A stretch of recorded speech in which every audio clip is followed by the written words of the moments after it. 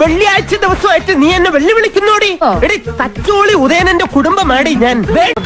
കുറച്ചുകൂടി അത് ആ ഒരു മാനസിക വിഷമം ടീച്ചർക്ക് ഉണ്ടായി. എന്റെ ഭഗവാനെ, എന്താ ഇതിന്റെയൊക്കെ അർത്ഥം? മുഹമ്മദ് യൂസഫ് എന്ന് പറയുന്ന മീഡിയേറ്റർ മുമ്പിൽ വെച്ച് ഈ കേസ് ഞങ്ങൾ പരസ്പരം ഒത്തുതീർന്നിരിക്കുന്നു. കീഴടങ്ങി കൈ പൊക്കാ പിന്നെ വെടിവെക്കരുത്. ടീച്ചർക്ക് ഉണ്ടായിട്ടുള്ള ഒരിക്കൽ കൂടെ ഞാൻ ഒരിക്കൽ പറഞ്ഞതാണ്, ടീച്ചർ ഒന്നും കൂടി തൃപ്തി ആയിക്കോട്ടെ വീണ്ടും പറയുന്നു.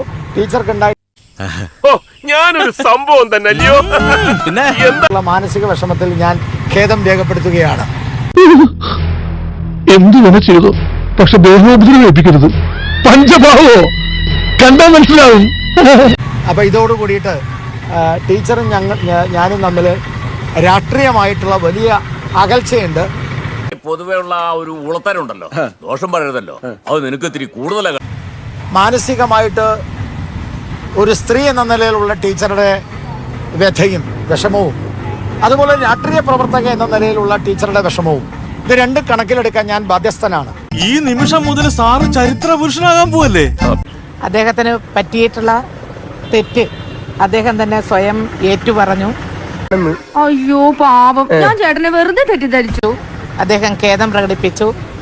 അത്രയേ അല്ലാതെ അദ്ദേഹത്തിന് ഒരു കേസിൽ കുടുക്കി പ്രശ്നങ്ങൾ ഉണ്ടാക്കണം എന്നുള്ള ഇതൊന്നും അല്ല. എന്നൊരു വരി ഊതരുത്.